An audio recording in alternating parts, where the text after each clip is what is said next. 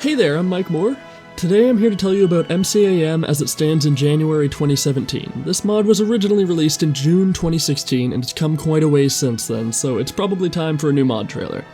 First off, right now, MCAM adds 41 new melee weapons into the leveled lists of Fallout 4.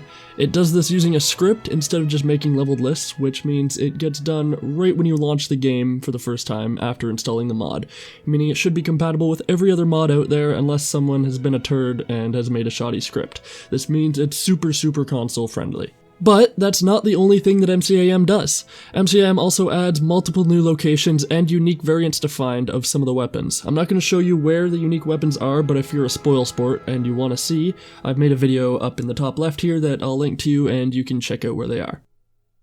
Now, to business. I'm going to start listing off a couple or all of the weapons, along with any crazy modifications that they have that significantly change the weapon, as well as all of the legendary weapons, so here we go.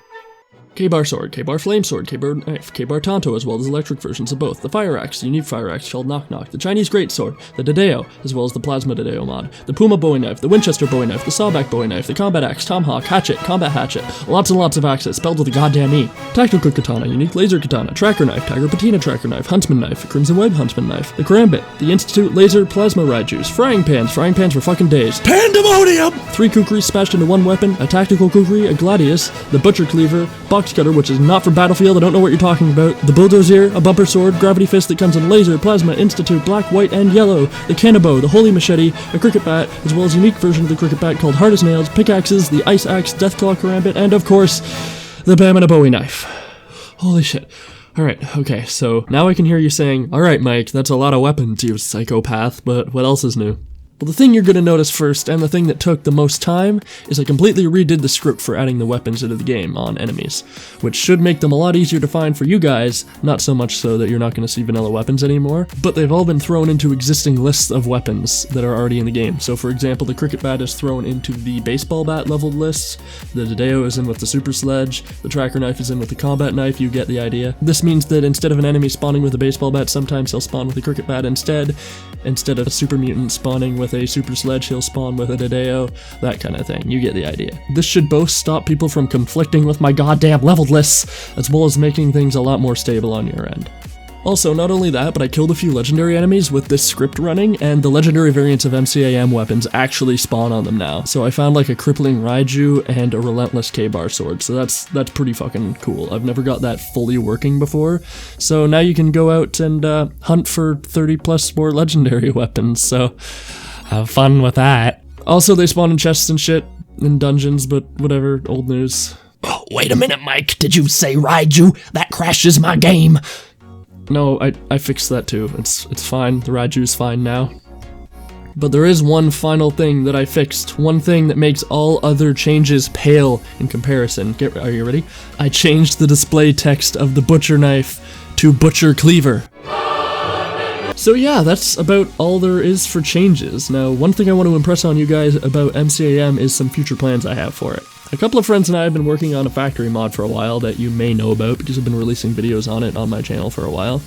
And right now we're at the point where we've kind of finished the framework mostly, and we're starting to add cool shit. One of the things we're planning on doing is having every weapon in MCAM tiered in the custom workbenches in the factory, so you'll grab one of these weapons from the Commonwealth, blueprint them, and you'll be able to do that in like a blueprinting machine. You'll load the weapon into a machine and it gives you a blueprint, and then you can load that blueprint into a custom weapon forge for whatever tier it is, and it'll start making those weapons for you. Certain weapons won't be available until later on, giving you something to work towards, but as you get further into the progression system of the factory mod, you'll be able to craft higher and higher level weapons. And the best thing about it is you'll be able to kit your settlers out with the melee weapons you've created instead of hunting them down in the Commonwealth. On top of this, we plan on making an auto-outfitter for your settlers, so we can give these weapons to your settlers automatically without you having to wander around and shove them into their inventories. We're also going to do this with my gun pack when I finish it, but god damn it, this isn't about guns, this is about melee weapons. We're about the choppy over here at MCAM Town. This is also open to anybody else that makes weapon mods. You can just create a patch and we'll be able to load it into MCAM. It'll be super cool. If you guys want to keep tabs on my work with the factory mod, either click this card in the top right here, or head over to my YouTube channel and check out the videos that I've been making instead. I'll be making one next week to show you the progress that we've made in the last couple weeks. With that said, if you want to help me make this mod come to fruition and just generally feed me, you may want to consider checking out my Patreon page up in the top right here. Patreon is a service where you can throw lump sums of cash at people monthly, and it's used by a lot of content creators, and I'd hugely appreciate it if you guys look over there and let it stew in your mind for a little while. Obviously, this is totally optional. You're not going to see mods coming out only for Patreon supporters or stretch goals saying, if I get X amount of cash, I'll release this, because that's douchey as hell, and I would never do that. But it just takes some stress off me. That's basically the reason I'm asking this when I'm creating my mods.